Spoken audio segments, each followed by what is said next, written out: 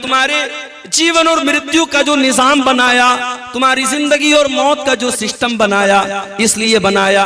हम तुम्हारी परीक्षा लेना चाहते हैं, हम तुम्हारा इम्तिहान लेना चाहते हैं। लियब्लुवकुम अय्युकुम अहसनु अमला, कि तुम में कौन अच्छा अमल करता है, कौन ऐसा अमल करता है जो अल्लाह को राजी करने वाला, अल्लाह को खुश करने वाला है। तो हमारा मकसद अल्लाह को खुश करना है। हम जब कुर्बानी करते हैं ना अपने जानवरों की, तो कुर्बानी के टाइम हम जो दुआ पढ़ते हैं, दुआ में हम एक बात कहते हैं, इन्ना सलाती व नुसुकी व महयाया व ममाती लिल्लाहि रब्बिल आलमीन। बेशक मेरी नमाज, मेरी कुर्बानी, मेरा जीना, मेरा मरना सब अल्लाह रब्बुल आलमीन के लिए है। तो हमारी जिंदगी अल्लाह को राजी करने के लिए हमें सबसे ज्यादा अगर किसी से मोहब्बत होनी चाहिए तो अल्लाह से होनी चाहिए। अगर हम अल्लाह से ज्यादा मोहब्बत अपनी औलाद से करते हैं, अल्लाह से ज्यादा मोहब्बत अपने माल से करते हैं, अल्लाह से ज्यादा मोहब्बत अपने रिश्तेदारों से करते हैं, अल्लाह से ज्यादा मोहब्बत अपनी शोहरत और इज्जत से करते हैं, मेरे प्यारे साथियों, ये भी अल्लाह के साथ शिर्क करना है। कुरान का दूसरा पारा उठाओ, अल्लाह फरमाता है व मिनन नासि मन यत्तखिज़ु मिन दूनिल्लाहि अंदादन युहिब्बूनहुम कहुब्बिल्लाह। कुछ लोग अल्लाह का दर्जा दूसरों को देने लगते हैं, अल्लाह के बराबर दूसरों को ठहराने लगते हैं। वल्लज़ीना आमनू अशद्दु हुब्बन लिल्लाह, जबकि एक मोमिन, एक ईमान वाला सबसे ज्यादा अगर किसी से मोहब्बत करता है तो अल्लाह से करता है। और अगर हम अल्लाह से मोहब्बत नहीं करेंगे, अपनी जिंदगी के मकसद को पूरा नहीं करेंगे, अल्लाह के दीन से पलट जाएंगे, तो वही होगा हमारे साथ जो फलस्तीन में हो रहा है। ये अल्लाह का कानून है। अल्लाह ने कुरान में बता दिया कि अगर तुम फिर जाओगे, हम बदल के दूसरी कौम को ले आएंगे। या अय्युहल्लज़ीना आमनू मन यर्तद्द मिनकुम अन दीनिही फसौफ यातिल्लाहु बिक़ौमिन। ऐ ईमान वालो, अगर तुम अल्लाह के दीन से पलट जाओगे, अगर तुम अल्लाह के दीन से पीछे हो जाओगे, फिर जाओगे, अल्लाह ताला दूसरी कौम को ले आएगा और ऐसी कौम को लाएगा युहिब्बुहुम व युहिब्बूनहु, अल्लाह उनसे मोहब्बत करेगा, वो अल्लाह से मोहब्बत करेंगे। अज़िल्लतिन अलल मोमिनीन, जो ईमान वालों के लिए बड़े नर्म होंगे, इज्जतिन अलल काफिरीन, और काफिरों के लिए बड़े सख्त होंगे। युजाहिदून फी सबीलिल्लाह, अल्लाह ऐसे लोगों को लाएगा जो अल्लाह की राह में जिहाद करेंगे। वला यखाफून लौमत लाइम, और किसी की परवाह नहीं करेंगे, किसी से डरेंगे नहीं। अगर हम अल्लाह से मोहब्बत नहीं करेंगे, हम परवाह नहीं करेंगे कि अल्लाह हमसे खुश है कि नहीं, अल्लाह हमसे नाराज तो नहीं है, अगर हम इस बात की परवाह करना बंद कर देंगे, अल्लाह दूसरी कौम को ले आएगा और अल्लाह हमें जमीन से मिटा देगा। और आज हम कायनात में ये चीज मेरे भाइयों हम देख रहे हैं। तो आज की तकरीर का मेरा मौजू क्या है, वो कौन सी ऐसी चीजें हैं जो अल्लाह को पसंद नहीं है, जिनका नाम लेकर के अल्लाह ने कहा कि ये काम मत करना, ये काम मुझे पसंद नहीं है, मैं ये काम पसंद नहीं करता, अगर ये करोगे तो मैं नाराज हो जाऊंगा। भाई मोहब्बत करते हो ना अल्लाह से, अगर अल्लाह से मोहब्बत करते हो तो फिर परवाह करनी पड़ेगी कि अल्लाह को क्या पसंद है और क्या नापसंद है। तो आज हमारी तकरीर का टॉपिक है अल्लाह को क्या नापसंद है। तो सुनेंगे इंशाअल्लाह, और सिर्फ सुनना नहीं है, इंशाअल्लाह अमल भी करना है। जितनी चीजें बयान की जाएंगी कुरान की रोशनी में और हदीस की रोशनी में बयान की जाएंगी, और नंबर से मैं बयान करूंगा। और मकसद यह है कि इन चीजों से हम अपने आप को बचाएं, जिन चीजों का नाम लेकर के अल्लाह ने कहा कि ये चीज हमें पसंद नहीं है। आइए कुरान का दूसरा पारा खोलते हैं। अल्लाह फरमाता है वक़ातिलू फी सबीलिल्लाहिल्लज़ीना युक़ातिलूनकुम, ऐ ईमान वालो, तुम उनसे जंग करो जो तुमसे जंग करते हैं, तुम उनसे लड़ाई करो जो तुमसे लड़ाई करते हैं। वला तातदू, और देखो लड़ाई के मैदान में हद से तजावुज न करना, अल्लाह की बनाई हुई हद को पार न करना। इन्नल्लाह ला युहिब्बुल मुअतदीन, अल्लाह ताला हद पार करने वालों को पसंद नहीं करता। दुनिया वालों ने एक उसूल बनाया है। क्या उसूल है? Everything is fair in love and वार। प्यार में और जंग में सब जायज है। देखो आज जंग में क्या हो रहा है। एक तरफ हमास ने हमला किया इस्राइल पर और 400-500 लोगों को मारा। मीडिया की रिपोर्ट्स ने बताया बच्चे भी मरे, औरतें भी मरे। इस्लाम के अकॉर्डिंग गलत है बच्चों को मारना, औरतों को मारना। जो जंग के मैदान में नहीं आया, जो लड़ नहीं रहा है, उसको नहीं मार सकते। अगर हमास के हमले में बच्चे मरे, हम कंडेम करते हैं। अगर हमास के हमले में बेकसूर मरे, हम मजम्मत करते हैं, हम निंदा करते हैं उसकी। मगर बदले में क्या हुआ? 500 के बदले में 7000 लोग अब तक मारे जा चुके हैं। मीडिया की रिपोर्ट के मुताबिक पूरा शहर गाजा तबाह हो चुका है।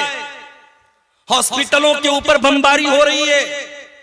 छोटे छोटे मासूम बच्चे मर रहे हैं और दुनिया के कानों पर कोई फर्क नहीं पड़ रहा है। तो मेरे भाई, ये जंग है। जंग में लोग कहते हैं सब जायज है, बच्चे मरे जायज है, औरतें मरे जायज है। मेरे नबी ने क्या फरमाया? मेरे नबी जब जंग के मैदान में अपने सहाबा को भेजते हैं तो क्या फरमाते हैं? उगुजू बिस्मिल्लाही, जाओ अल्लाह का नाम लेकर के लड़ो। वक़ातिलू फी सबीलिल्लाह, और जाओ तुम अल्लाह के रास्ते में जाकर के लड़ो। वला तक़तुलू वलीदन, किसी बच्चे को कत्ल न करना। वला तक़तुलू शैखन फ़ानिया, कोई ऐसा बूढ़ा इंसान है जो जंग के मैदान में लड़ नहीं रहा है, जो मैदान जंग से किनारे है, उसको खबरदार कत्ल न करना। वला तगुल्लू, जंग के मैदान में भी किसी के साथ खयानत मत करना, किसी के साथ धोखा मत करना, किसी के साथ फ्रॉड मत करना। वला तक़तऊ शजरतन, किसी पेड़ को न काटना, किसी इबादतगाह को मत गिराना, किसी के पूजा स्थल को मत गिराना। ये इस्लाम ने उसूल बताए। दुनिया का उसूल है जंग में सब जायज है। मेरे नबी का उसूल है नहीं, जंग के मैदान में भी सब जायज नहीं है।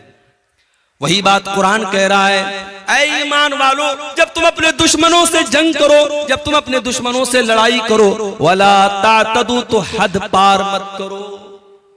अल्लाह ताला ने हर चीज की हद बनाई है। इंसान जवान होता है, लड़का बालिग होता है, लड़की बालिग होती है। अल्लाह ने दोनों के अंदर जिनसी ख्वाहिश रखी है, सेक्सुअल डिजायर रखा है। मर्द को औरत की जरूरत है, औरत को मर्द की जरूरत है। अल्लाह ने इस ख्वाहिश को पूरा करने का जायज तरीका निकाह को बनाया। लड़का लड़की का निकाह कर दिया जाए, उनकी ख्वाहिश को सही तरीके से पूरा किया जाए। अब वही लड़का और वही लड़की अगर जिना का रास्ता अपनाए, अगर बदकारी का रास्ता अपनाए, अगर गलत लोगों से रिलेशनशिप कायम करे, मेरे प्यारे साथियों, यही अल्लाह की हद से तजावुज करना है। और अल्लाह फरमाता है, वला तातदू इन्नल्लाह ला युहिब्बुल मुअतदीन, अल्लाह की हद कभी पार मत करना।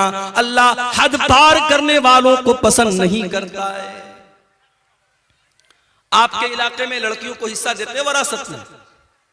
बोलो भाई, क्या लड़की बाप की वरासत में हिस्सा पाती है आपके इलाके में?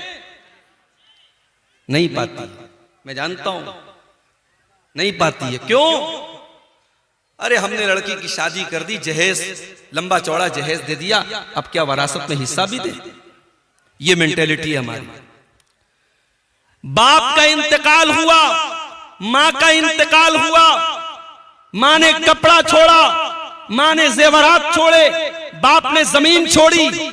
बाप और मां के उस सारे तरके में, सारी प्रॉपर्टी में कुरान कहता है जिस तरीके से बेटे का हिस्सा है वैसे ही बेटी का हिस्सा है। और आज हम पक्के मुसलमान, कुरान और हदीस पर अमल करने वाले, हमारे समाज में बेटी का कोई हक नहीं है। बेटी मांग ले तो समाज कहता है कितनी बेगैरत लड़की है, बाप की जायदाद में से हिस्सा मांग।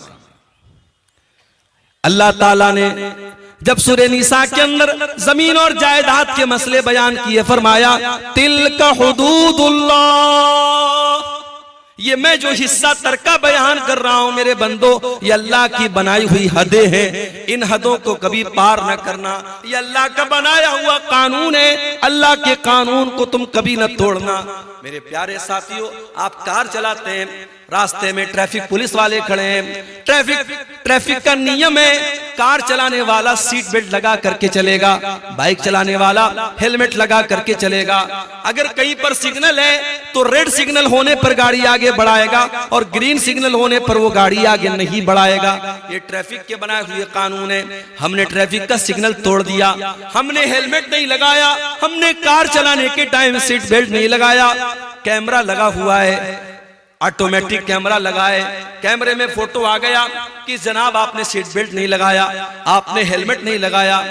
आज ऑटोमेटिक सिस्टम हो चुका है, आपके मोबाइल के ऊपर मैसेज आ गया, आप हेलमेट के बगैर गाड़ी चला रहे थे, 500 रुपए की पेनाल्टी लग गई। सीट बेल्ट के बगैर आप कार चला रहे थे, 1000 की पेनाल्टी लग गई। आपने सिग्नल क्रॉस किया था, 500 रुपए की पेनाल्टी लग गई। आज दुनिया वालों ने ट्रैफिक के कानून को तोड़ने के लिए पेनाल्टियां बनाई हैं, जुर्माने बनाए हैं।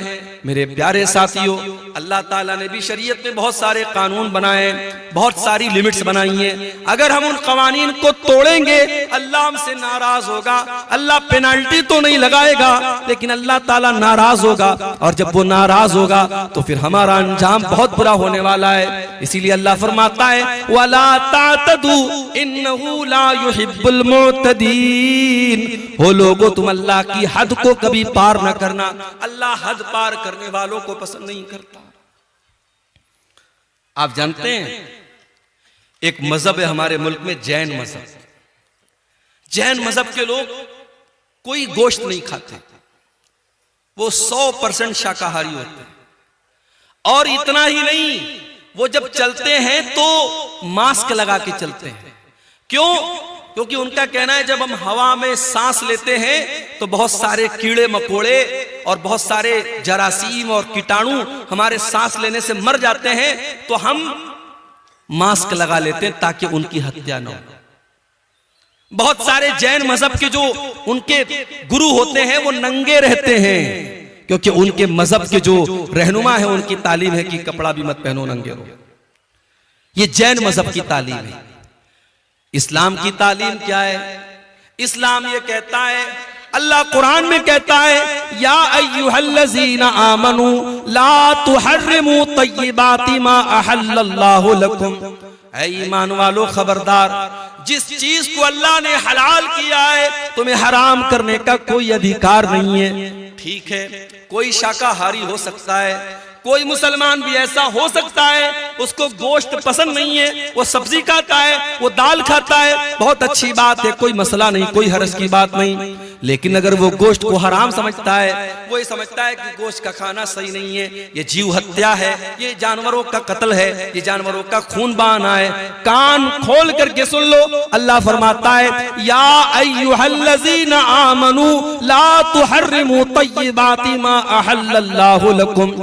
ईमान वालो, जो चीज अल्लाह ने तुम्हारे लिए हलाल की है, जो चीज अल्लाह ने जायज की है, तुम कौन होते हो हराम करने वाले? तुम कौन होते हो नाजायज करने वाले? वला तातदू, ईमान वालो, अल्लाह की हद को कभी क्रॉस न करो।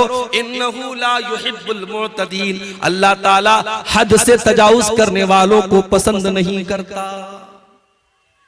पता ये चला, अल्लाह ने अगर किसी चीज को हराम किया है हम हलाल नहीं कर सकते, और अल्लाह ने हलाल किया है हम हराम नहीं कर सकते। एक मर्तबा अल्लाह के नबी ने अपने ऊपर शहद को हराम कर लिया। अपनी एक बीवी के कहने पर जब उस बीवी ने अल्लाह के नबी से कहा कि ऐ अल्लाह के नबी, आपके मुंह से मगाफिर की महक आती है। मगाफिर एक बदबूदार फूल होता था। अल्लाह के प्यारे नबी हजरत ज़ैनब के यहाँ से शहद खा के आया करते थे और दूसरी बीवियों को पसंद नहीं था, शहद खाने की वजह से देर हो जाया करती थी। तो उन्होंने कहा ऐ अल्लाह के नबी, आपके मुंह से मगाफिर की महक आती है। अल्लाह के नबी ने अपनी बीवी को राजी करने के लिए ये कसम खा ली कि मैं आज के बाद शहद नहीं खाऊंगा। जब शहद खाने से मेरे मुंह से महक आती है, जब शहद खाने से मेरे मुंह से बदबू आती है, मैं आज के बाद शहद नहीं खाऊंगा। एक नॉर्मल सी बात थी। नबी ने अपने ऊपर शहद को हराम कर दिया, लेकिन अल्लाह के लिए नॉर्मल बात नहीं थी। अल्लाह ने कुरान की आयत नाजिल कर दी, या अय्युहन नबिय्यु लिमा तुहर्रिमु मा अहल्लल्लाहु लक तबतगी मर्दात अज़वाजिक। ऐ नबी, आपको ये अधिकार किसने दे दिया, ये हक किसने दे दिया कि जिस शहद को अल्लाह ताला ने हलाल किया था आपने अपने ऊपर हराम कर लिया अपनी कुछ बीवियों को खुश करने के लिए। ऐ नबी, आपको भी अल्लाह के हलाल किए हुए चीज को हराम करने का अधिकार नहीं है। हम नहीं कर सकते, किसी हलाल चीज को हराम नहीं कर सकते और किसी हराम को हलाल नहीं कर सकते मेरे भाई। और आगे बढ़िए, कुरान में एक और जगह ये बात आई है, सूरह आराफ में अल्लाह ने फरमाया, उदउ रब्बकुम तज़र्रुअन व खुफिया, अपने रब से दुआ करो, गिड़गिड़ा करके दुआ करो और चुपके चुपके दुआ किया करो। इन्नहु ला युहिब्बुल मुअतदीन, अल्लाह ताला दुआ के अंदर हद से तजावुज करने वालों को पसंद नहीं करता। कुछ लोग दुआ के अंदर भी हद से तजावुज करते हैं। माफ कीजिएगा, आपके यहाँ चंदे का जो तरीका होता है, बंगला जुबान के जो मुकर्रिर आते हैं वो दुआ करते हैं, इस पर भी तहकीक होनी चाहिए कि ये तरीका दुआ का सही है। दुआ के अंदर हद से तजावुज नहीं होना चाहिए। दुआ में हम कोई ऐसी चीज नहीं मांगेंगे जो मुनासिब ना हो। एक सहाबी ने अपने बेटे को देखा, बेटा दुआ कर रहा है, आय अल्लाह, जन्नत में दाहिने तरफ सफेद रंग का महल मुझे अता फरमा दे, जन्नत के अंदर व्हाइट हाउस मुझे दे दे। सहाबी ने बेटे को ये दुआ करते हुए सुना, कहा है मेरे बेटे तू क्या दुआ कर रहा है? कहा बाजान मैं दुआ कर रहा हूं कि अल्लाह तू मुझे जन्नत के दाहिने साइड में एक सफेद रंग का महल अता फरमा। कहा बेटा ये दुआ करना सही नहीं है बेटा, मैंने अल्लाह के नबी को ये फरमाते हुए सुना था कि कयामत के पहले एक ऐसा दौर आएगा, लोग दुआ के अंदर हद से तजावुज करेंगे और लोग वजू करने में हद से तजावुज करेंगे।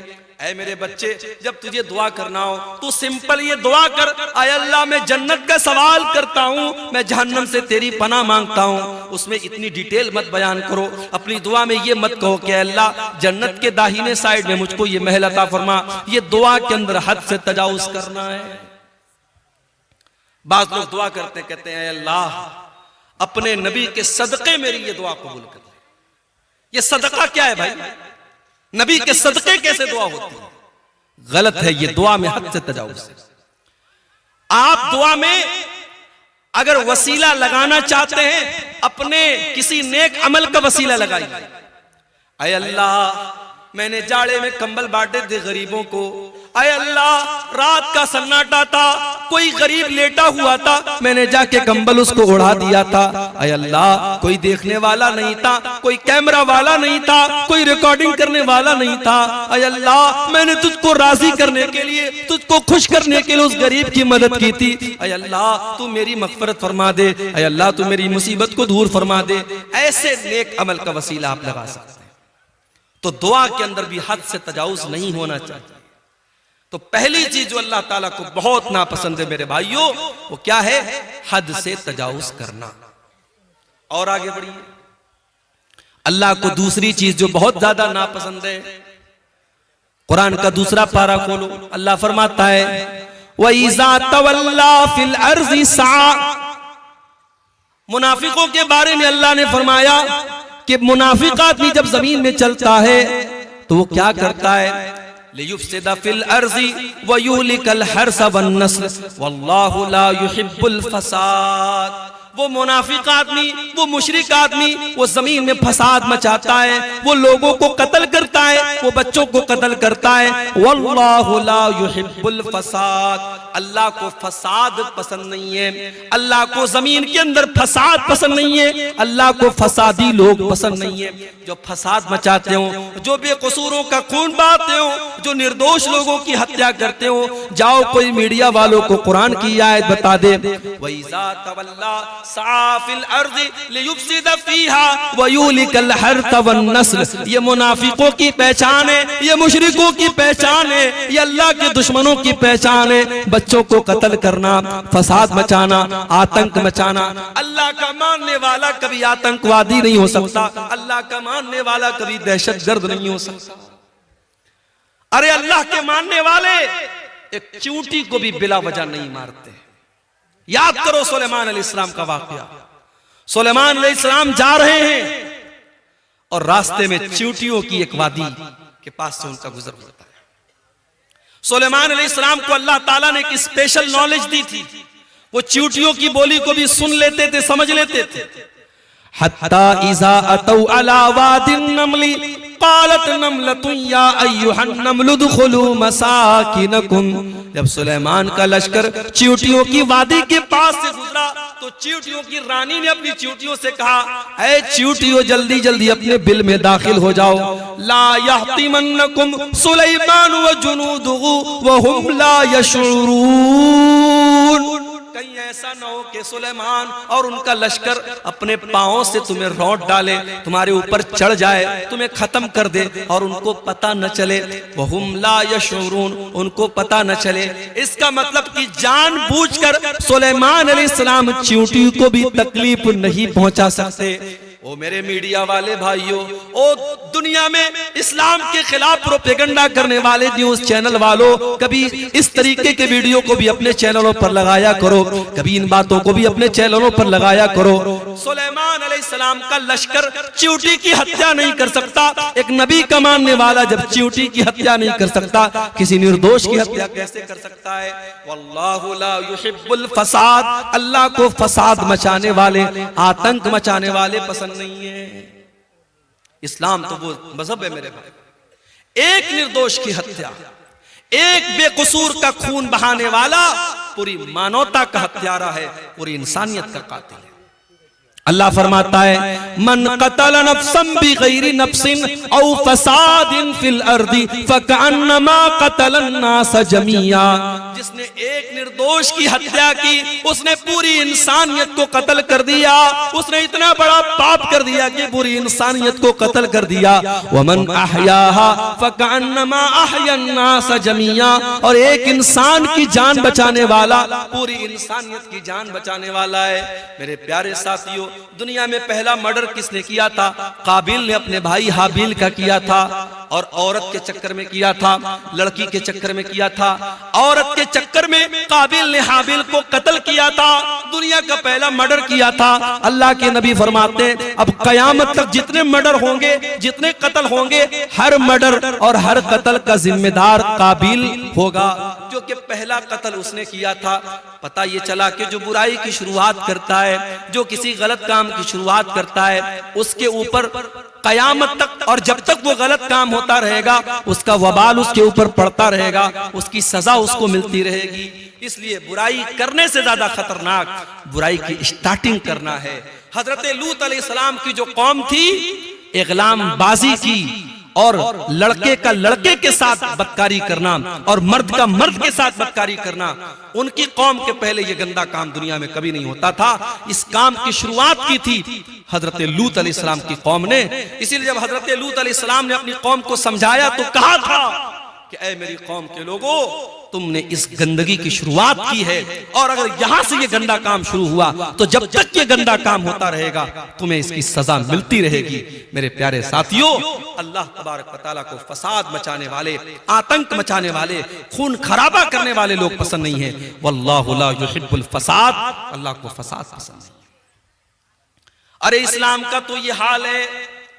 हमारे प्यारे नबी जब सन 8 हिजरी में मक्का में दाखिल हुए, 10,000 का लश्कर आपके साथ है।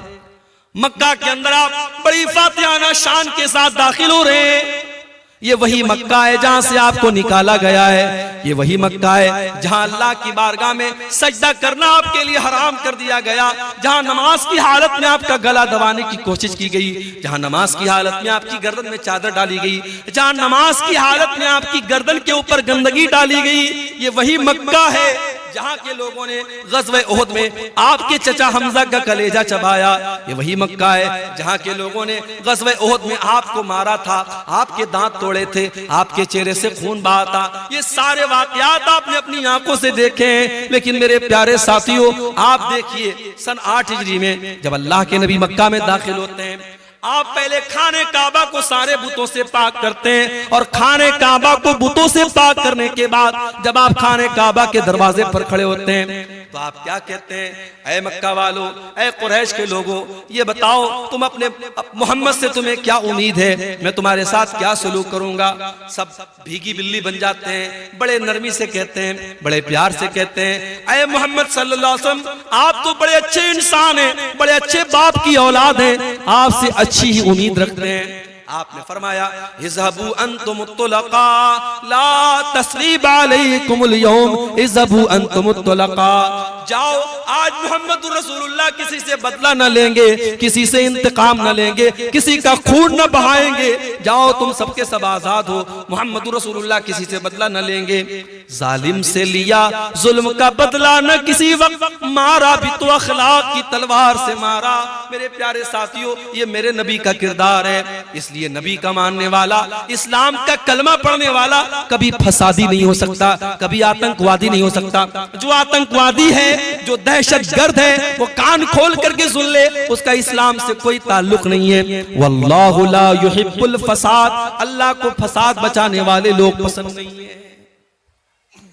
और आगे बढ़िए, तीसरी चीज अल्लाह ने फरमाया सूरह आल इमरान के अंदर, कुल अतीउल्लाह व रसूलहू, कुल अतीउल्लाह व रसूला, ऐ नबी आप कह दीजिए अल्लाह की इताअत करो और रसूल की इताअत करो।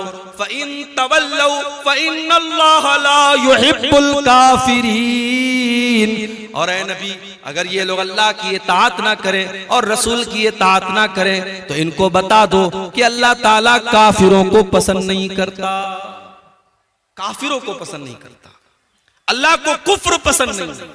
कुफ्र का मतलब इनकार, जो अल्लाह को न माने, जो रसूल को न माने, जो अल्लाह की किताबों को न माने, जो अल्लाह के नबियों को न माने, जो अल्लाह के फरिश्तों को न माने, जो तकदीर को न माने, जो कयामत के दिन को न माने, जितनी चीजों पर ईमान लाना है उनमें से किसी चीज को न मानने वाला, उसके अंदर डाउट करने वाला, उनके अंदर शक करने वाला, वो काफिर हो जाता है। और काफिर को अल्लाह ताला पसंद नहीं करता। अल्लाह को मोमिनों से मोहब्बत है, अल्लाह को ईमान वालों से मोहब्बत है, अल्लाह काफिरों को पसंद नहीं करता। अल्लाह को कुफ्र से इतनी नफरत है, अगर कोई इंसान कुफ्र की हालत में मर जाए, अल्लाह फरमाता है वलल्लज़ीना यमूतूना वहुम कुफ्फार,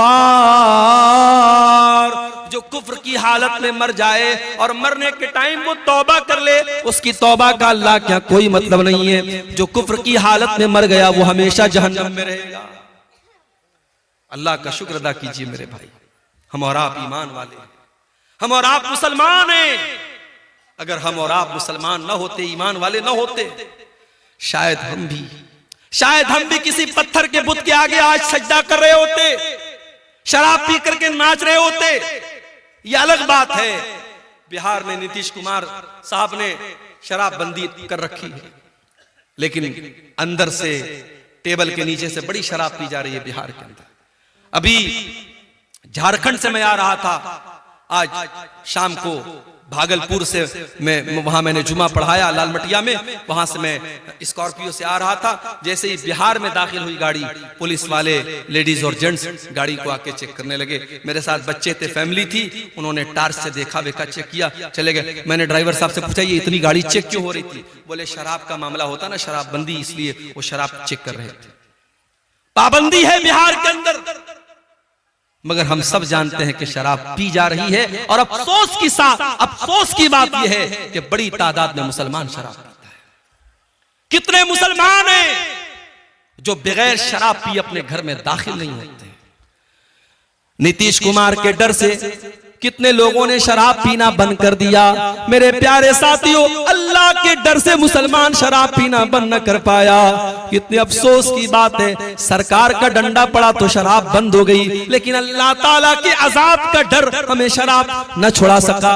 1400 साल पहले के हालात देखो, जब अल्लाह ताला ने कुरान की आयत नाजिल की कि ऐ ईमान वालो, इन्नमल खम्रु वल मैसिरु वल अंसाबु वल अज़लामु रिजसुम मिन अमलिश शैतान, ऐ ईमान वालों, ये शराब का पीना, ये जुआ का खेलना, ये पासे के तीर के जरिए किस्मत का हाल मालूम करना, ये गैरुल्लाह के आस्ताने पर जानवरों को ज़बा करना, ये सब गंदे काम है, शैतान के काम है।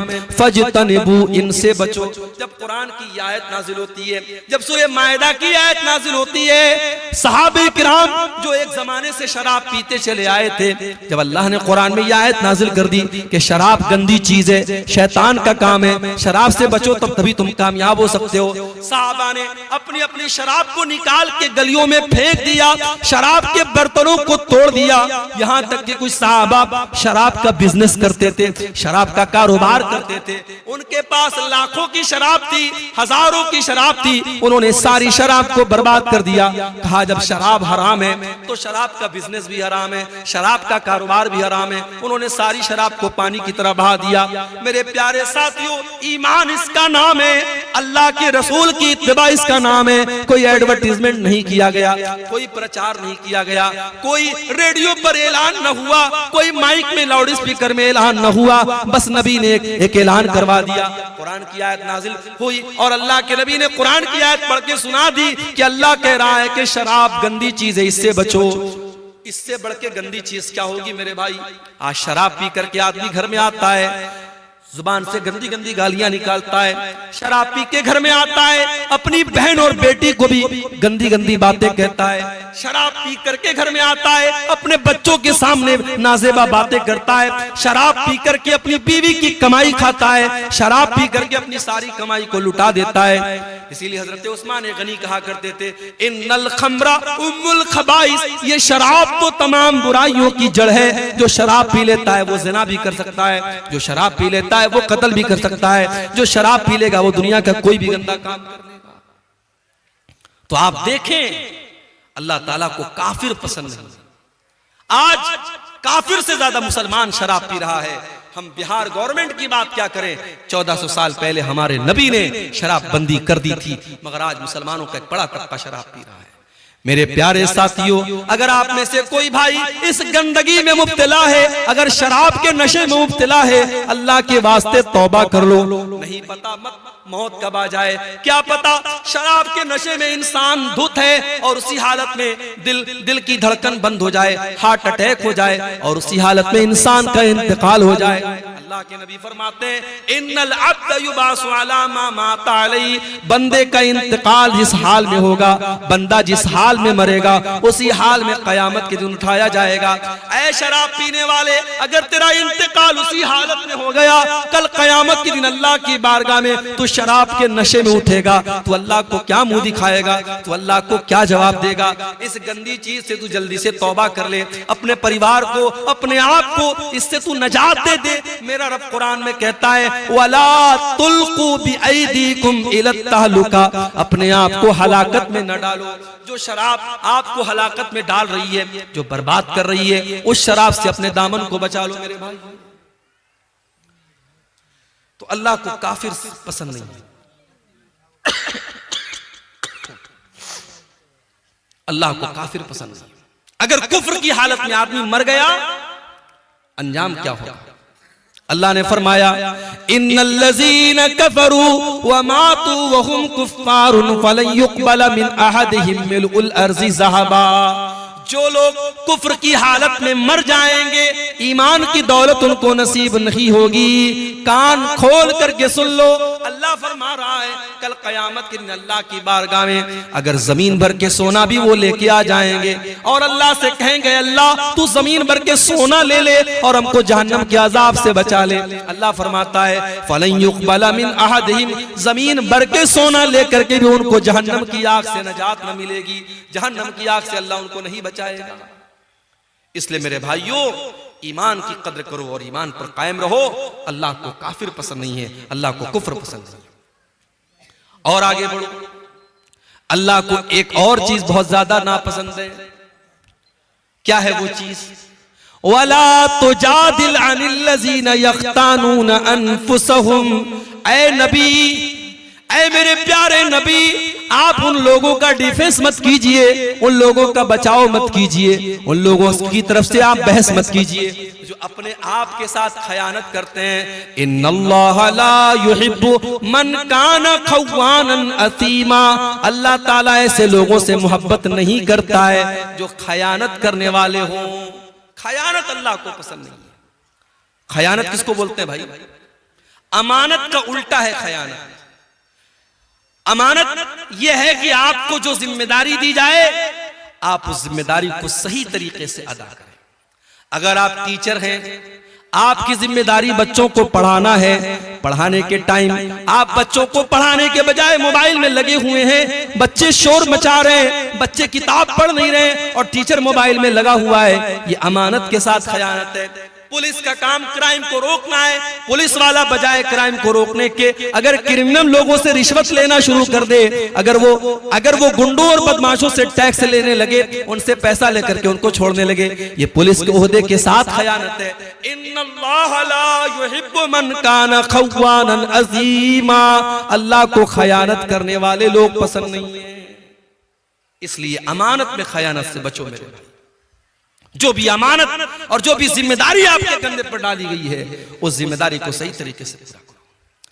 हमारे कुछ भाइयों ने हमको बताया, इसी बिहार की सरजमीन पर, इसी झारखंड की सरजमीन पर यह काम भी हो रहा है। एक मस्जिद का 4 बार फोटो लिया जा रहा है और 4 बार सऊदी अरब से उसका पैसा उठाया जा रहा है। एक बार ट्यूबवेल लगाया जा रहा है, एक बार उसको पिंक कलर से पेंट किया जा रहा है, फिर ग्रीन कलर से पेंट किया जा रहा है, फिर लाल कलर से पेंट किया जा रहा है। ट्यूबवेल तो एक बार लगा लेकिन उसका पैसा 5 बार उठाया जा रहा है।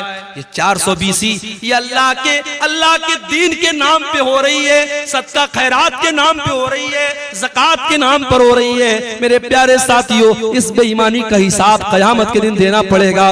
उन उलमा को भी देना पड़ेगा, उन मशरूआत का काम करने वालों को भी देना पड़ेगा जो आज उम्मत के पैसे के साथ इतनी बड़ी खयानत कर रहे हैं। आज कितनी मस्जिदें जो बाहर से फंड आया 30 लाख का, लेकिन उसमें दिया गया सिर्फ 10 लाख रुपए और मटेरियल को बिल्कुल हल्का कर दिया गया। पता ये चला 5 साल के बाद मस्जिद की छत बैठ गई, 5 साल के बाद मस्जिद की जमीन बैठ गई, 5 साल के बाद मस्जिद की दीवार गिर गई। पैसा आया 30 लाख, लगाया गया 10 लाख और 20 लाख को बीच में से गायब कर दिया गया। मेरे प्यारे साथियों, क्या ये खयानत नहीं है? इन्नल्लाह ला युहिब्बु मन काना खव्वानन असीमा, अल्लाह ताला खयानत करने वालों को पसंद नहीं करता। और एक बात और कहना चाहता हूं, यहां बहुत सारे हमारे बुजुर्ग भाई भी बैठे हैं, औलाद वाले बैठे हैं, हमारी कुछ माएं भी बैठी होंगी। वो माएं हैं जिनकी घर में बेटियां हैं। अगर आप एक बेटी की मां हैं, अगर आप एक बेटे के बाप हैं, ये बेटे और बेटी भी आपके कंधे पर अल्लाह की अमानत है। अल्लाह ने अगर आपको औलाद दिया है, अल्लाह औलाद के बारे में सवाल करेगा। अल्लाह के नबी फरमाते हैं, कुल्लुकुम राइउन व कुल्लुकुम मसऊलुन अन रइयतिही, ओ लोगों तुम सब के सब जिम्मेदार हो और तुमसे तुम्हारी जिम्मेदारी के बारे में सवाल किया जाएगा। फर्रजुलु राइन अला अहली बैतिही, इंसान अपने घर वालों का जिम्मेदार है, अपनी फैमिली का जिम्मेदार है, अपने परिवार का जिम्मेदार है और इंसान से उसके परिवार के बारे में सवाल किया जाएगा। वल्मरतु राइयतुन अला बैति ज़ौजिहा, और औरत अपने घर की जिम्मेदार है। शौहर तो नौकरी पे चला गया, शौहर तो दुकान पे चला गया, शौहर तो कारोबार पे चला गया, घर में 24 घंटे रहने वाली तो औरत है। घर में जवान बेटी किससे बातें कर रही है, रात को कहां 2-2 बजे तक मोबाइल पे लगी हुई है, रात को वो कहां जा रही है। आज अगर माँ इस बात की परवाह नहीं करती और बेटी रात रात भर गैर महरमों से चैटिंग कर रही है, कान खोल करके सुन लो मेरी माओ, बेटी तो गुनहगार होगी, बेटी की माँ को भी अल्लाह का हिसाब देना पड़ेगा। इन्नल्लाह ला युहिब्बु मन काना खव्वानन असीमा, अल्लाह ताला को खयानत करने वाले पसंद नहीं है। और आगे बढ़िए, अल्लाह को एक और चीज बहुत नापसंद है और वो चीज है इसराफ, हद से तजावुज करना। या बनी आदम खुजू ज़ीनतकुम इंदा कुल्ली मस्जिद, ऐ आदम के बेटो जब तुम मस्जिद में जाया करो, जब तुम नमाज पढ़ने जाया करो तो अपनी जीनत को अपना लिया करो। लोग अक्सर ये सवाल करते हैं, शेख साहब नमाज में टोपी का लगाना कैसा है? भाई साहब टोपी का लगाना फर्ज नहीं है, टोपी का लगाना वाजिब नहीं है, टोपी का लगाना सुन्नत नहीं है, मगर टोपी हमारे कल्चर का एक हिस्सा है। हमारे देश में, हमारे मुल्क में मुसलमान की पहचान होती है टोपी से। हमारे कल्चर का, हमारी संस्कृति का, हमारी तहजीब का एक हिस्सा है। आप शादी में टोपी लगा रहे हैं, आप जनाजे में टोपी लगा रहे हैं, और मस्जिद में आप आते हैं तो जानबूझ के आप खुले सर नमाज पढ़ रहे हैं, ये मुनासिब नहीं है। अल्लाह कुरान में कहता है, या बनी आदम खुजू ज़ीनतकुम इंद कुल्ली मस्जिद, ऐ बनी आदम, ऐ आदम की औलाद, जब तुम मस्जिद में जाया करो, जब तुम नमाज पढ़ने जाया करो, तो अपनी जीनत को अपना लो, ऐसा लिबास पहनो जिस लिबास को पहन करके तुम अच्छे लगो। भाई नमाज तो बनियाइन में भी हो जाएगा। अगर मर्द का नाफ से लेकर के घुटने तक का हिस्सा ढका हुआ है और कंधा ढका हुआ है तो नमाज तो ऐसे भी हो जाएगा। मगर आप बनियाइन पहन के और एक छोटा सा गमछा बांध करके मस्जिद में आएंगे, मुनासिब नहीं है। आप उस ड्रेस में आए जो आपकी बेहतरीन ड्रेस है, जिस ड्रेस में आप अच्छे लोगों के पास उठते हैं, बैठते हैं। अल्लाह कह रहा है, ऐ आदम की औलाद, जब तुम मस्जिद में आओ तो अपनी जीनत को अपना लो। वकुलू वशरबू, और खूब खाओ खूब पियो, वला तुसरिफू, लेकिन खाने और पीने में हद से तजाउज न करो, इसराफ न करो, फजूल खर्ची न करो। इन्नहु ला युहिब्बुल मुसरिफीन, अल्लाह ताला फजूल खर्ची करने वालों को पसंद नहीं करता। एक मर्तबा मेरा प्रोग्राम था कलकत्ता में, मटिया बुर्ज एक इलाका है, वहां बड़ा अच्छा इलाका है, मुसलमानों की बड़ी आबादी है, और माशाअल्लाह सब पैसे वाले लोग हैं, सब बिजनेसमैन लोग। मैं गया, मेरा प्रोग्राम था, तो वहां एक मुसलमान सेठ जी थे। मुझे लोगों ने बताया कि उनकी बेटी की शादी हुई, तो उन्होंने 5 करोड़ रुपए का जेवर अपनी बेटी को बना के दिया। 5 करोड़ रुपए का जेवर उन्होंने अपनी बेटी को दिया, ये दिखाने के लिए सामने बहुत पैसे वाला आदमी। भाई दौलत है तुम्हारे पास, इसका मतलब यह नहीं है कि तुम उसको जहां चाहे और जैसे चाहो उड़ा दो। इस उम्मत में आज कितनी गरीब बहनें हैं जो अपने बच्चों का खर्च चलाने के लिए दूसरों के घर में जाके सफाई का काम करती हैं, बर्तन मांजती हैं, तब उनका परिवार चलता है। इस उम्मत में आज भी कितने बच्चे हैं जो एक टाइम का खाना खाते हैं, दूसरे टाइम का खाना उन्हें नसीब नहीं होता।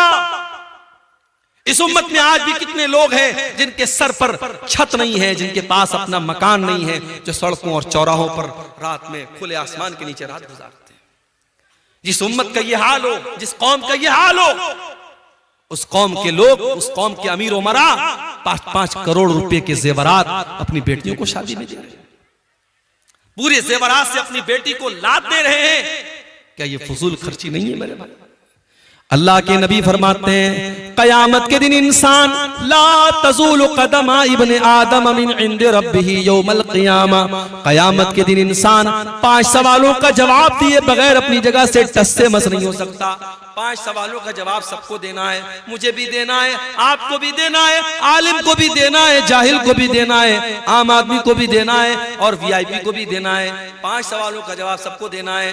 पहला सवाल, अन उम्रिही फीमा अफना, तूने अपनी जिंदगी को कहां गुजारा। दूसरा सवाल, व अन शबाबिही फीमा अबला, तूने अपनी जवानी को कहां गुजारा। तीसरा सवाल, व अन मालिही मिन ऐन इक्तसबहु, तूने माल कहां से कमाया। चौथा सवाल, वफीमान फकौ, तूने माल कहां पर खर्च किया। माल कहां पर खर्च किया इसका भी हिसाब देना पड़ेगा। अपनी महबूबाओं के लिए रिचार्ज करवाने वाले हमारे मनचले नौजवान, वो 100-200 रुपए का जो रिचार्ज कराते हैं अपनी कानों की लज्जत के लिए और बदकारी के लिए, वो भी तैयार रहे। माल कहां पे खर्च हो रहा है हिसाब देना पड़ेगा। और माल कैसे कमा रहे हो, ड्रीम 11 के जरिए कमा रहे हो, सट्टेबाजी के जरिए कमा रहे हो। अभी हमारे व्हाट्सएप पर एक मैसेज आया कि क्रिकेट के मैच में सट्टा लगाना हो तो हमसे कांटेक्ट कीजिए, हमारे ग्रुप को ज्वाइन कर लीजिए, हम 100% बिल्कुल सही भविष्यवाणी करते हैं। मैंने खोला वो ग्रुप, देखा, मैंने सोचा कि देखिए ये क्या भविष्यवाणी करता है। आज पाकिस्तान का और साउथ अफ्रीका का मैच था, उसने कहा ये मैच पाकिस्तान जीतेगा। अब कितने लोगों ने उसके कहने पर सट्टा लगा दिया होगा, लाखों का, करोड़ों का, और शाम रात होते होते जब रिजल्ट आया पता लगा पाकिस्तान हार गई और साउथ अफ्रीका जीत गई। ये सट्टेबाजी आज हमारा नौजवान बड़ी तादाद में व्हाट्सएप के जरिए, टेलीग्राम के जरिए, फेसबुक के जरिए बाकायदा सट्टा हो रहा है और लाखों करोड़ों का सट्टा हो रहा है और जुआ हो रहा है और हमारा मुसलमान उसमें हिस्सा ले रहा है। और मेरे प्यारे साथियों, वो ये सोच रहा है कि हम रातों रात अमीर बन जाएंगे। अगर वो एक बार 1 लाख रुपया जीत जाएगा, अगली बार 10 लाख लगाएगा कि मैं 10 लाख जीत जाऊंगा, और पता लगा वो 10 लाख डुबा देगा, कर्जे में डूब जाएगा और अपने आप को और अपने घर वालों को दांव पे लगा देगा। मेरे प्यारे साथियों, माल कहां से कमा रहे हो इसका भी हिसाब देना पड़ेगा और माल कहां खर्च कर रहे हो इसका भी हिसाब देना पड़ेगा। तो फजूल खर्ची करने वाले, नाजायज पैसा उड़ाने वाले और अपनी जायज ख्वाहिशात पर भी लिमिट से ज्यादा खर्च करने वाले, इसको इसराफ कहते हैं और अल्लाह इसराफ करने वालों को पसंद नहीं करता है। और आगे बढ़िए मेरे प्यारे साथियों, वल्लाहु ला युहिब्बुज़ ज़ालिमीन, अल्लाह ताला जुल्म करने वालों को पसंद नहीं करता, जुल्म करने वालों से मोहब्बत नहीं करता। जुल्म अल्लाह को पसंद नहीं। जालिम कान खोल करके सुन ले, जुल्म का अंजाम बुरा होने वाला है।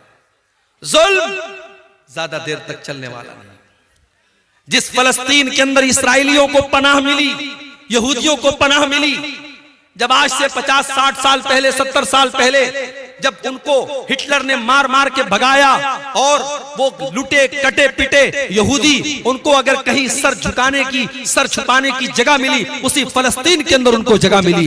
तो आज उन्होंने नाजायज तरीके से फलस्तीन के बकिया हिस्सों पर धीरे धीरे कब्जा करना शुरू कर दिया और वहां के जवानों और बच्चों और औरतों का खून तब से लेकर के वो आज तक बहा रहे हैं। अल्लाह ने ऐसे ही इस कौम को मग़ज़ूब अलैहिम नहीं कहा है, ये मग़ज़ूब अलैहिम कौम है। इस कौम पर अल्लाह का गजब उतरा है। मेरे प्यारे साथियों, ये जुल्म हो रहा है जो आज हम फलस्तीन की सरजमीन पर देख रहे हैं। और कान खोल करके सुन लो, जुल्म का अंजाम कभी भी अच्छा होने वाला नहीं है। अल्लाह के नबी फरमाते हैं, इत्तक़ुज़्ज़ुल्म फ़इन्नज़्ज़ुल्म ज़ुलुमातुन यौमल क़ियामा, जुल्म करने से बचो, कयामत के दिन जुल्म करने वाला अंधेरों में रहेगा। जुल्म करने वाले को लाइट नसीब नहीं होगी। कभी रात में जब आप कार चला रहे हो या बाइक चला रहे हो और बिल्कुल जंगल में सुनसान रास्ते में आप जा रहे हो, अचानक अपनी बाइक की लाइट आप बंद कर दीजिए, अपनी कार की हेडलाइट आप बंद कर दीजिए। 10 सेकंड के लिए आप डर जाएंगे मेरे भाई, आप डर जाएंगे। चारों तरफ खूब अंधेरा हो और आपके पास कोई लाइट ना हो, कोई रोशनी ना हो, आप एक कदम चल नहीं सकते। कयामत का दिन होगा, वो इंसान कितना बदनसीब होगा जिसको रोशनी नसीब नहीं होगी। अल्लाह ने कहा, जालिम को कयामत के दिन कोई रोशनी नसीब नहीं होगी। दुनिया में जितना जुल्म करना है कर लो, ताकत का नशा, कुर्सी का नशा, पावर का नशा, जितना इस नशे पर उड़ना है उड़ लो, मगर याद रखो, नाव कागज की सदा चलती नहीं, जुल्म की टहनी कभी फलती नहीं। अल्लाह को जुल्म करने वाले लोग पसंद नहीं है मेरे प्यारे साथियों। इस कायनात का में अल्लाह का ये निजाम और अल्लाह की ये सुन्नत रही है, अल्लाह का कानून रहा है। अल्लाह ने मुशरिक और काफिर को हुकूमत दी है, लेकिन अल्लाह ने जालिम को हुकूमत में नहीं रहने दिया है। जालिम का अंजाम बड़ा भयानक हुआ है। बरसों हजारों बरस पहले फिरौन नाम का एक जालिम था जिसने छोटे छोटे बच्चों को कत्ल करवाया था। जब उसके दरबार में किसी काहिन ने, किसी जादूगर ने कहा था, किसी भविष्यवाणी करने वाले ने कहा था कि ऐ फिरौन, तेरी हुकूमत में एक बच्चा पैदा होने वाला है जो आगे चल करके तेरी हुकूमत को खत्म करेगा। तो वो फिरौन जो अपने आप को खुदा कहता था, अपने आप को रब कहता था, उसने ऑर्डर दे दिया और छोटे छोटे बच्चों को कत्ल करवाने का हुक्म दे दिया। मगर अल्लाह को उस जालिम को खत्म करना था। अल्लाह ने ऐसा प्लान बनाया, अल्लाह ने ऐसी तदबीर बनाई कि उसी जालिम के घर में हजरत मूसा अलैहिस्सलाम उसी के पैसे से परवरिश पाते हैं। और फिर आगे चल के हजरत मूसा अलैहिस्सलाम जब अल्लाह के नबी बनते हैं और फिरौन को दावत देते हैं और फिरौन हजरत मूसा की दावत को ठुकरा देता है, तो अंजाम कितना भयानक होता है कि दरियाए कुलसुम में पानी के अंदर फिरौन डूब करके मर जाता है। मेरे प्यारे साथियों, जालिम का अंजाम बहुत ही भयानक होने वाला है। वल्लाहु ला युहिब्बुज़ ज़ालिमीन, अल्लाह को जुल्म करने वाले लोग पसंद नहीं है। और आगे बढ़िए, अल्लाह को तकब्बुर करने वाले, घमंड करने वाले, अहंकार करने वाले लोग भी पसंद नहीं है। हजरत लुकमान अपने बच्चे को नसीहत करते हैं तो क्या कहते हैं, वला तुसइर खद्दक लिन्नासी वला तमशि फिल अर्ज़ि मरहा, ऐ मेरे बच्चे, तू गाल फुला करके लोगों से न मिलाकर और जमीन में अकड़ करके न चलाकर, इन्नल्लाह ला युहिब्बु मन काना मुख्तालन फखूरा, अल्लाह ताला घमंडी लोगों से मोहब्बत नहीं करता, घमंडी लोगों को पसंद नहीं करता। घमंडी लोग अल्लाह को पसंद नहीं है। कारून बड़ी दौलत वाला था, उसको अपनी दौलत पर बड़ा नाज था, लेकिन कारून के कौम में जो नेक लोग थे, जो ईमान वाले लोग थे, उन्होंने कारून को नसीहत की और कहा कि ऐ कारून, ला तफरह, अपनी दौलत पर इतराना नहीं, अपनी दौलत पर गुरूर नहीं करना। इन्नल्लाह ला युहिब्बुल फरिहीन, अल्लाह ताला इतराने वालों को, घमंड करने वालों को पसंद नहीं करता है। वब्तगी फीमा आताकल्लाहु दारल आखिरा, ऐ कारून, तुझे अल्लाह ने बड़ी दौलत से नवाजा है, बड़े खजाने अल्लाह ताला ने तुझे दिए हैं। ऐ कारून, अपनी दौलत के जरिए तू आखिरत की तैयारी कर। ओ मेरे प्यारे साथियों, आज अल्लाह ने आपको दौलत वाला बनाया है, अपनी दौलत को अल्लाह के रास्ते में खर्च किया करो, मस्जिदों में दिया करो, मदरसों में दिया करो, कारे खैर में दिया करो, अपनी आखिरत बनाया करो।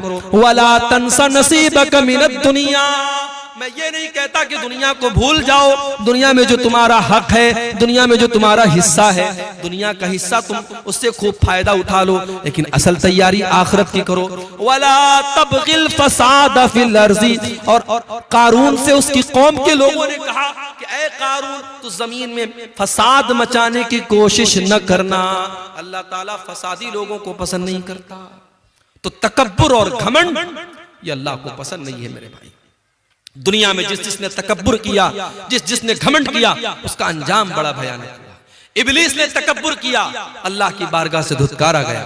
कारून ने तकब्बुर किया, उसके महल को जमीन में धसा दिया गया। फिरौन ने तकब्बुर किया, उसको पानी में डूबा करके मार दिया गया। नमरूद ने तकब्बुर किया, एक मामूली मच्छर ने उसका काम खत्म कर दिया। कौम आद ने तकब्बुर किया, कौम समूद ने तकब्बुर किया, अल्लाह ने पटक पटक करके उनको बेजान कर दिया। मेरे भाइयों, तकब्बुर का अंजाम बड़ा ही भयानक होता है, और तकब्बुर करने वाला और घमंड करने वाला अल्लाह को पसंद नहीं है। अब यहाँ एक सवाल पैदा होता है, मौलवी साहब ने शेरवानी पहनी है, सामने एक लुंगी वाला आ गया, लुंगी पहने हैं, बनियाइन पहने हैं। अब मौलवी साहब के दिल में फीलिंग आई कि यार मैं 10,000 रुपए का कपड़ा पहना हूं, ये 500 रुपए का कपड़ा पहना है। मौलवी साहब के अंदर एक फीलिंग आई, हाजी साहब के अंदर एक फीलिंग आई कि मैं पैसे वाला आदमी हूं, मेरा कपड़ा इसके कपड़े से अच्छा है। तो क्या अच्छा कपड़ा पहनना ये हराम है? अगर हम पैसे वाले हैं, दौलत वाले हैं, तो क्या हम महंगा कपड़ा नहीं पहन सकते, अच्छा कपड़ा नहीं पहन सकते? ऐसा कोई मसला नहीं। आप अगर पैसे वाले हैं, आप अगर दौलत वाले हैं, तो आप अच्छा कपड़ा पहन सकते हैं, बल्कि पहनना चाहिए, पहनना चाहिए। फटा पुराना कपड़ा पहनना ये दीनदारी नहीं है। बहुत से लोग इसको समझते हैं पैसा बहुत है, दौलत बहुत है, लेकिन हमेशा फटा पुराना कपड़ा पहन करके बिल्कुल अजीब व गरीब शक्ल बनाए रहेंगे और कहेंगे साहब पैसा तो है, मगर हमारा इस्लाम ये कहता है कि सिंपल रहो। सिंपल रहना एक अलग चीज है, और अपनी दौलत होने के बावजूद फटा पुराना मैला कुचैला कपड़ा पहनना ये अलग चीज है। अल्लाह के नबी के एक सहाबी आए, अल्लाह के नबी ने देखा कि बड़ी उनके कपड़े बड़े मैले कुचैले हैं। आपने कहा दौलत है तुम्हारे पास, पैसा है तुम्हारे पास? कहा अल्लाह के नबी बहुत दौलत है, इतनी बकरियां हैं मेरे पास, इतने ऊंट है मेरे पास, इतने गुलाम है मेरे पास, बहुत दौलत है, बहुत पैसा है। अल्लाह के नबी ने फरमाया इन आताकल्लाहु मालन फलयुरा असरु निअमतिल्लाहि अलैहि। ऐ मेरे सहाबी, अगर अल्लाह ने तुमको दौलत से नवाजा है तो दौलत का असर तुम्हारे ऊपर जाहिर होना चाहिए। अच्छा कपड़ा पहना करो, अपनी हैसियत के मुताबिक कपड़ा पहना करो। अच्छा कपड़ा पहनना बुरा नहीं है, हाँ अच्छा कपड़ा पहनने के बाद जब घर से निकलो तो जो तुमसे कमजोर कपड़ा पहने हुए है उसको तुम कभी हकीर मत समझना, ये तकब्बुर हो जाएगा। अल्लाह के नबी फरमाते हैं इन्नल्लाह जमीलुन युहिब्बुल जमाल, अल्लाह ताला खूबसूरत है और खूबसूरती को पसंद करता है। अच्छा कपड़ा पहनना ये गुनाह नहीं है, अच्छा जूता पहनना ये गुनाह नहीं है, बल्कि गुनाह क्या है? अल किब्रु बत्रुल हक़ व गमतुन नास, तकब्बुर ये है, घमंड ये है, इंसान दूसरों को हकीर समझे, दूसरों को मामूली समझे और अपने आप को बड़ा समझे। ये तकब्बुर है मेरे प्यारे साथियों। और मेरे नबी ने और अल्लाह ने तकब्बुर से मना किया है। अल्लाह के नबी ने तो यहां तक फरमाया, ला यदखुलुल जन्नत मन कान फी क़ल्बिही मिस्क़ालु ज़र्रतिन मिनल किब्र, जिसके दिल में जर्रा बराबर भी तकब्बुर होगा, घमंड होगा, अहंकार होगा, वो जन्नत में नहीं जाएगा। इसलिए तकब्बुर से बचो, तवाज़ो, अपने अंदर नरमी पैदा करो, अपने आप को छोटा समझो, लोगों से घुल मिल करके रहो। अल्लाह ताला ऐसे लोगों से मोहब्बत करता है। और जो अपने आप को छोटा बना लेता है, मन तवाज़ा लिल्लाहि रफ़अहुल्लाह, अल्लाह उसको और बुलंदी अता करता है। इसी तरीके से मेरे प्यारे साथियों, अल्लाह ताला उन लोगों को भी पसंद नहीं करता है जो बेहुदा बातें अपने मुंह से निकालते हैं, जो गंदी बातें अपने मुंह से निकालते हैं। अल्लाह के नबी फरमाते हैं, बुखारी और मुस्लिम की रिवायत है, बड़े गौर से सुनिएगा। मैं समझ रहा हूँ रात का आखिरी टाइम है, आपके सब्र का इम्तिहान ले रहा हूँ, मगर बड़ी इंपॉर्टेंट बातें बयान कर रहा हूँ, सुन के जाइए। अल्लाह के नबी फरमाते हैं, इन्नल्लाह लयुबग़िज़ुल फ़ाहिशल बज़ी, अल्लाह ताला ऐसे लोगों से नफरत करता है, ऐसे लोगों को पसंद नहीं करता है जो फाहिश होते हैं और जो बज़ी होते हैं। फाहिश और बज़ी किसको कहते हैं? जिसकी जुबान गंदी होती है, जो जुबान से गाली बकता है, जो जुबान से बेहुदा बातें करता है। अल्लाह ऐसे लोगों को पसंद नहीं करता है। मेरे प्यारे साथियों, जुबान की हिफाजत करो, गाली गलौज से अपने आप को बचाओ। आज बाप गाली देता है, बच्चे उससे गाली सीखते हैं, बच्चियों की तरबियत पर असर पड़ता है। अपने घर को गाली से महफूज रखो, अपने घर को गाली से महफूज रखो। और बच्चों के हाथ में जो मोबाइल देते हो ना, मोबाइल पर भी चेक करो, बच्चा ऐसी रील तो नहीं देख रहा है, बच्चा गाली सीख रहा है, बच्चा बेहुदा बातें सीख रहा है। बच्चों की तरबियत पर भी बड़ी तवज्जो देने की जरूरत है। आज माँ बाप ने बड़ा सिंपल तरीका समझा है, बच्चे के हाथ में मोबाइल दे दिया, बच्चा जो चाहे सो देख रहा है। नहीं मेरे भाई, बच्चा जो देखता है उससे सीखता है। 3 साल का बच्चा भी अगर वीडियो देख रहा है तो सीख रहा है। आप देखिए आपका बच्चा क्या देख रहा है।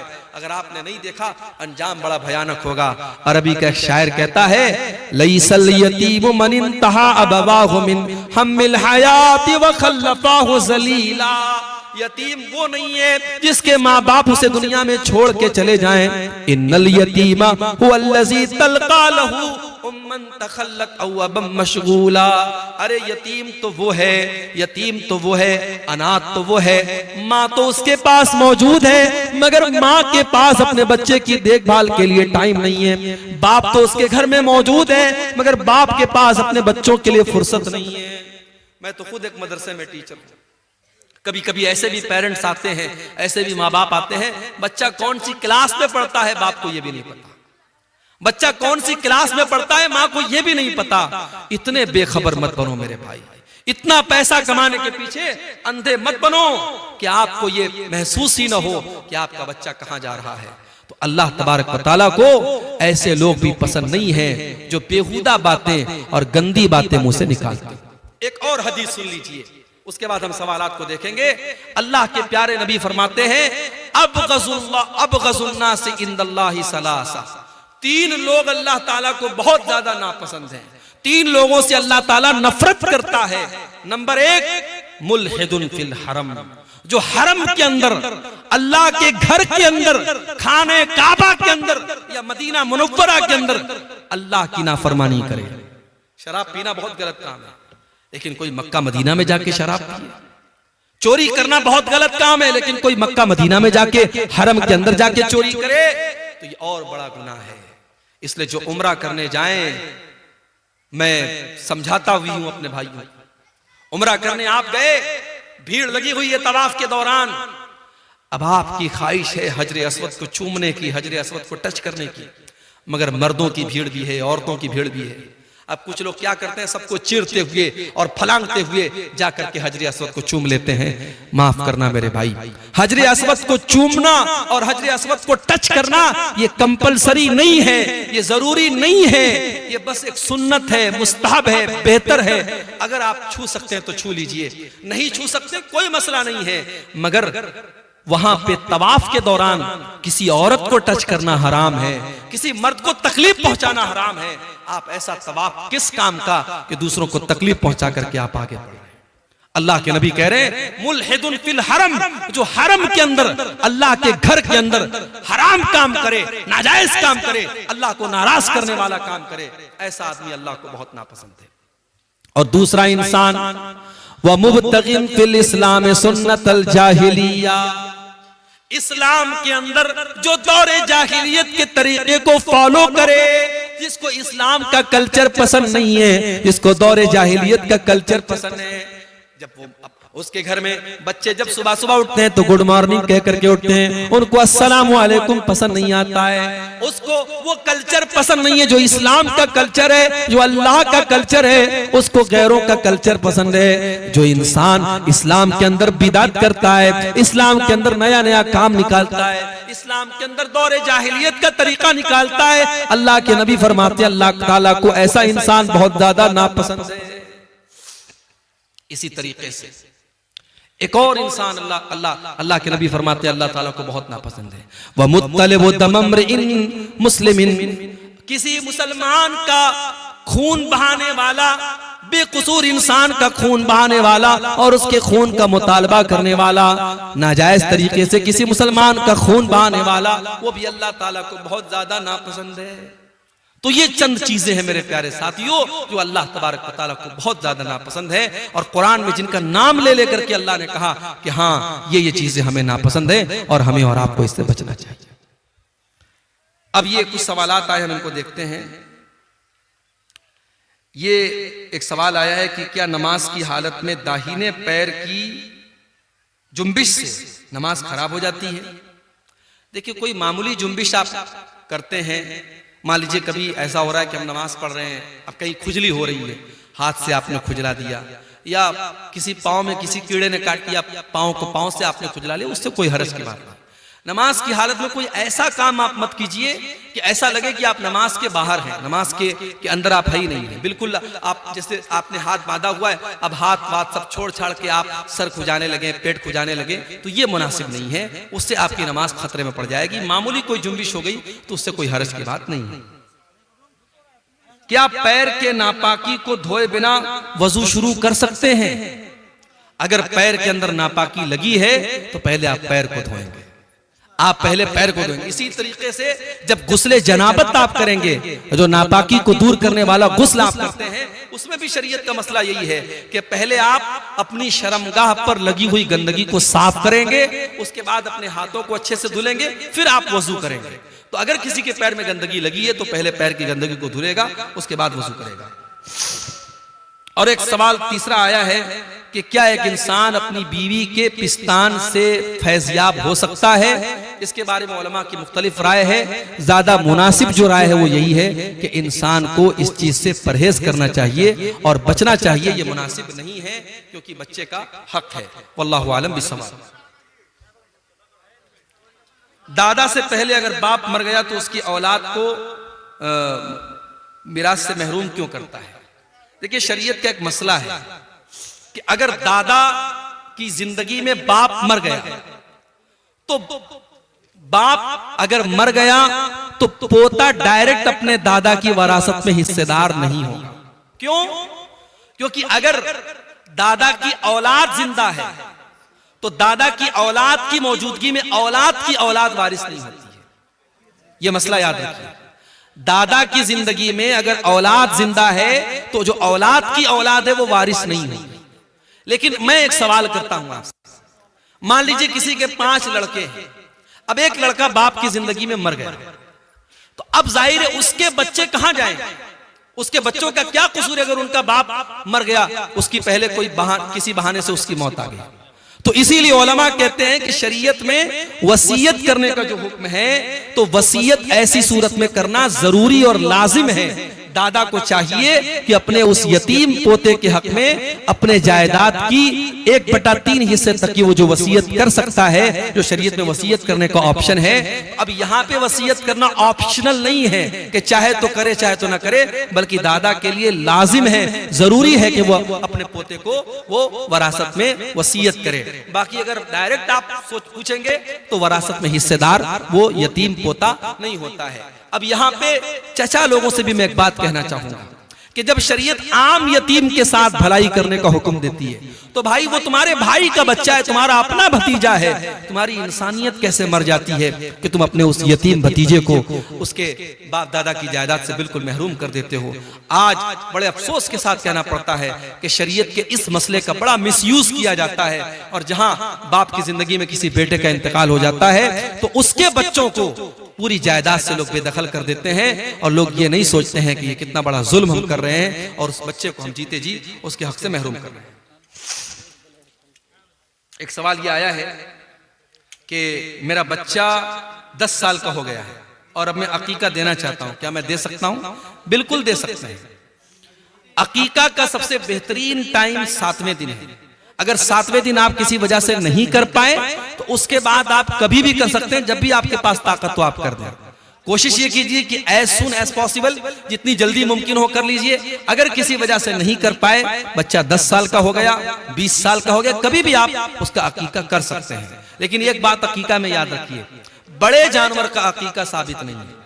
क्योंकि आपके यहाँ बड़े जानवर की कुर्बानी होती है और बड़ा जानवर आप शौक से खाते हैं, तो मैं साफ वाज़े तौर पे कह दूं कि अकीका में छोटा जानवर, बकरा बकरी भेड़ा भेड़ी, यही आप कर सकते हैं। बड़े जानवर का अकीका साबित नहीं है, इससे हमें और आपको बचना चाहिए। ठीक है, ये एक सवाल आया है, क्या सलातुत तस्बीह की नमाज पढ़ना अल्लाह के नबी से साबित है? इस सवाल का जवाब मैं कई बार दे चुका हूं कि सलातुत तस्बीह की नमाज के बारे में जो हदीस है, उस हदीस के बारे में उलमा के दरमियान आपस में इख्तिलाफ है। कुछ उलमा का कहना है कि सलातुत तस्बीह की जो हदीस है वो सही है, और कुछ उलमा का कहना है कि वो हदीस सही नहीं है। अब जब उलमा ही के दरमियान और मुहद्दिसीन ही के दरमियान इख्तिलाफ है, तो हम ये देखेंगे कि ज्यादा मजबूत बात किसकी है। तो ज्यादा मजबूत बात हमें उन उलमा की लग रही है जो ये कहते हैं कि सलातुत तस्बीह की नमाज नहीं पढ़ना चाहिए। उसके बारे में जो हदीस है वो सही नहीं है। क्यों? क्योंकि सनद के एतबार से भी हदीस सही नहीं है, और सलातुत तस्बीह की नमाज का जो तरीका है वो तरीका बिल्कुल हट के है। वो आम नमाज